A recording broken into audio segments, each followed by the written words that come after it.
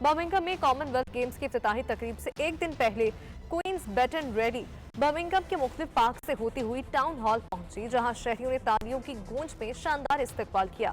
اس موقع پر ایشیائی موسیقی، رقص اور ڈھول کی تھاپ نے ماحول خوشگوار بنائے رکھا۔ Leader of Birmingham City Council councillor Ward اور کیبنٹ ممبر مریم خان نے مہمانوں کو خوش آمدید کہا۔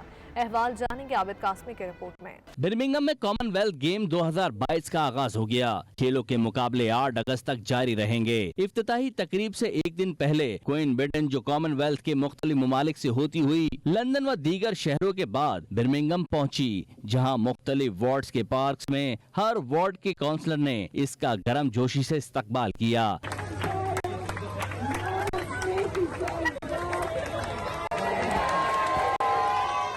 صبح 8 بجے سے کوئن بیٹن برمنگھم بھر میں چکر لگاتی رہی، جبکہ رات 7 بجے Birmingham City council town hall کے سامنے پہنچی تو عوام کے جمع غفیر نے اس کا پرجوش استقبال کیا۔ اس موقع پر خوب گہما گہمی دکھائی دی۔ کہیں ایشیائی میوزک نے ماحول گرمائے رکھا تو کہیں لائیو ڈانس پرفارمنس نے شہریوں کے دل مو لیے۔ ڈھول کی تھاپ پر بھنگڑے نے مشل کے استقبال کو پرجوش بنا دیا۔ چینی کمیونٹی نے بھی اپنے روایتی انداز میں مشل کا استقبال کیا۔ اس موقع پر leader of Birmingham city councillor Ian Ward اور کیبنٹ ممبر مریم خان نے تمام کامن ویلتھ ممالک سے آئے ہوئے مہمانوں کو خوش آمدید کہتے ہوئے برمنگھم کامن ویلتھ گیم کی میزبانی کر کے بے حد خوشی کا اظہار کیا۔ ان کا کہنا تھا کہ آج برمنگھم کی عوام کثیر تعداد میں کوئن بیٹن کا پرجوش انداز میں استقبال کر رہی ہے۔ I know what a fantastic, friendly and creative place this is. Above all, I know just how special the people of Birmingham are. The last few weeks have just absolutely flown by.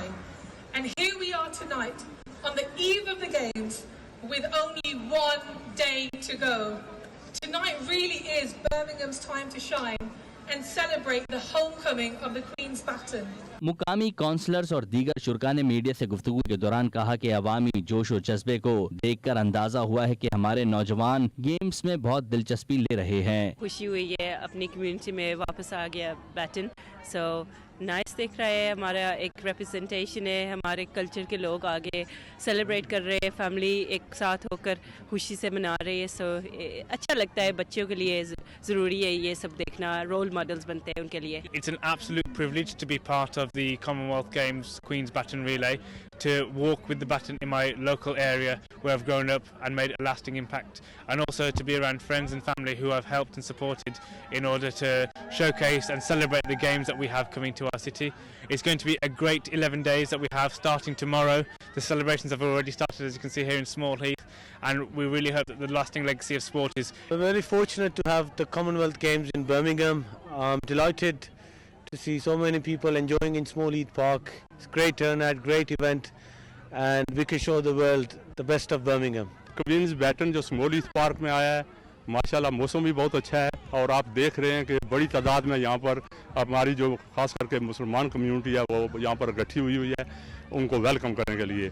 تو آج کے بعد یہ آخری beaten city centre میں جائے گا، وہ Birmingham City council کے باہر جو پروگرام ہے۔ یہ نوجوانوں کے لیے بہت اچھا ہے، کیونکہ اس طرح شوق پیدا ہوتا ہے بچوں میں، مگر پرابلم ہے کہ یہاں پہ فیسلٹیز نہیں ہے۔ ہم کوشش کر رہے ہیں کہ فیسلٹی بنائیں یہاں پر اسمال ایتھ پارک میں۔ ہاں جی، یہ پریمیم پارک ہوا کرتا تھا کسی زمانے میں، لیکن کونسل والوں نے ان کی غفلت سے یہ سب تباہ ہو گیا۔ مشل کے استقبال کے لیے مختلف تقریبات میں خواتین اور بچے بڑی تعداد میں موجود تھے، جنہوں نے اس یادگار موقع کو خوب انجوائے کیا۔ برمنگھم شہر میں سارا دن رونق رہی، شہریوں نے تفریحی سرگرمیوں کو خوب انجوائے کیا۔ عابد قاسمی، 92 نیوز، برمنگھم۔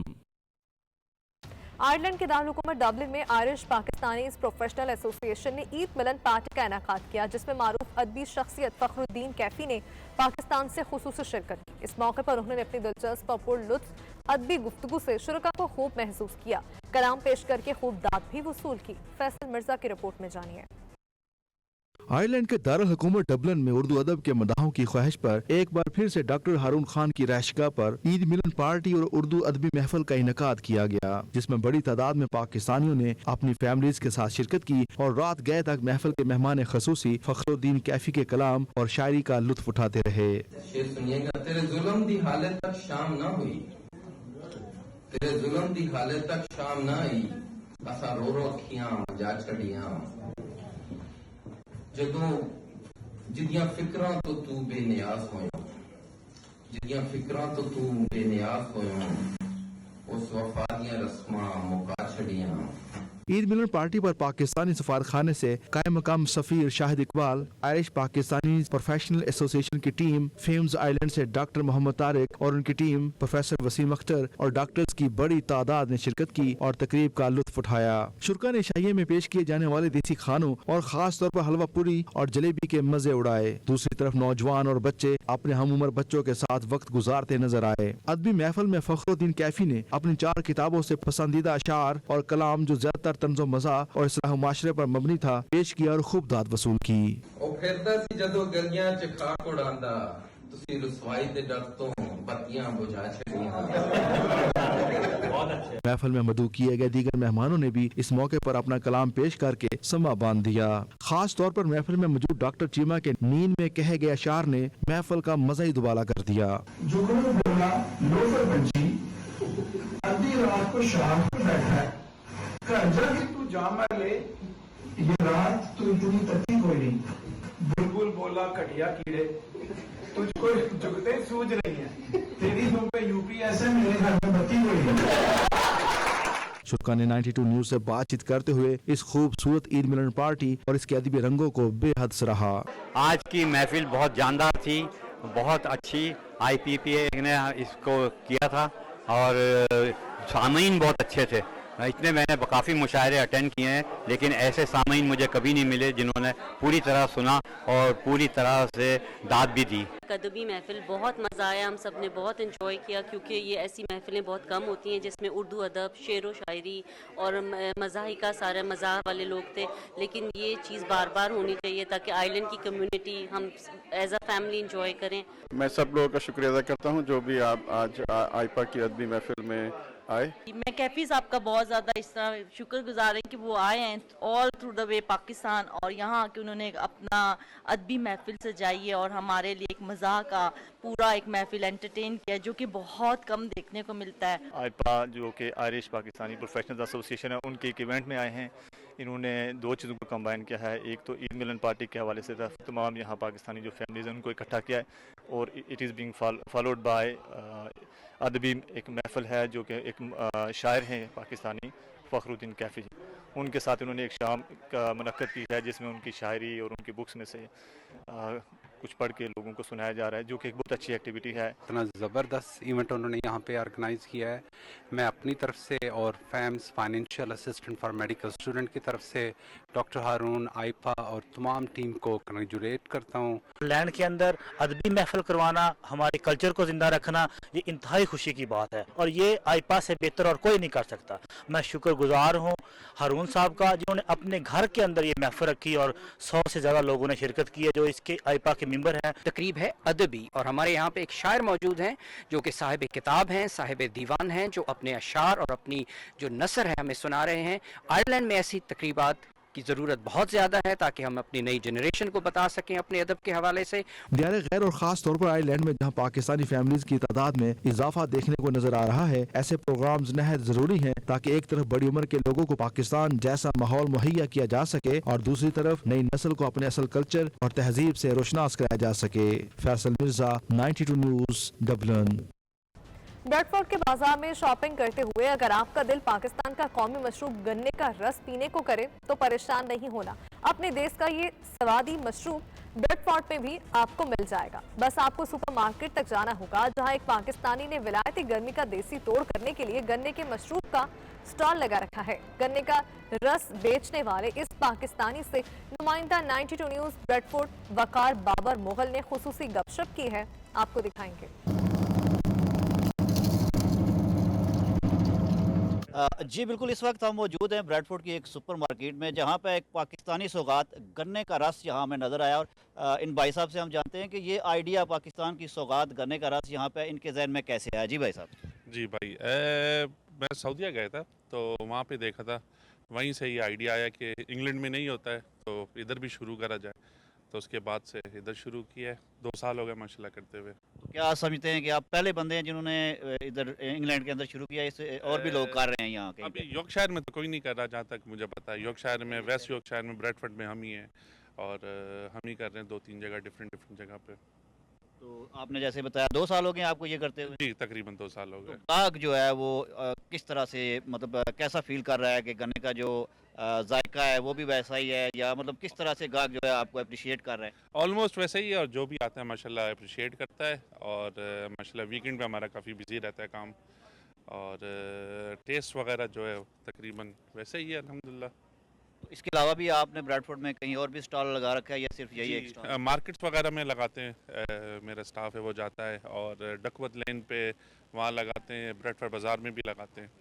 تو کیا یہ جو گنا ہے یہ آپ کو بآسانی مل جاتا ہے یہاں پہ؟ نہیں، اس کے لیے تھوڑی پرابلم ہوتی ہے، امپورٹ کرانا پڑتا ہے. کبھی پاکستان سے آتا ہے، کبھی انڈیا سے آتا ہے، کبھی ڈفرینٹ کنٹری سے آتا ہے، تو جدھر سے اویلیبل ہو پھر وہاں سے منگواتے ہیں، کیونکہ ڈیمانڈ تو ہے تو اس کو پورا کرنا پڑتا ہے. تو اس کی سٹوریج کیسے کرتے ہیں؟ مطلب یہ تو دھوپ میں، جیسے ابھی بھی دھوپ ہے، آپ نے اس کو دھوپ میں رکھا ہوا ہے، تو کوئی سرد خانے وغیرہ میں رکھتے ہیں اس کو یا کس طرح سے؟ جی ہمارے پاس کولڈ روم ہے، کولڈ روم کے اندر رکھتے ہیں. جیسی ڈیلیوری آتی ہے آبویسلی تو ہم اس کو سیدھا اسٹریٹ اوے کولڈ روم میں رکھ دیتے ہیں. وہاں سے 2 سے 3 دن کے لیے ہم اتنا ہی اسٹاک کرتے ہیں کہ 2 سے 3 دن لاسٹ کر جائے، تو اس کے اندر ہی ہم بیچ دیتے ہیں.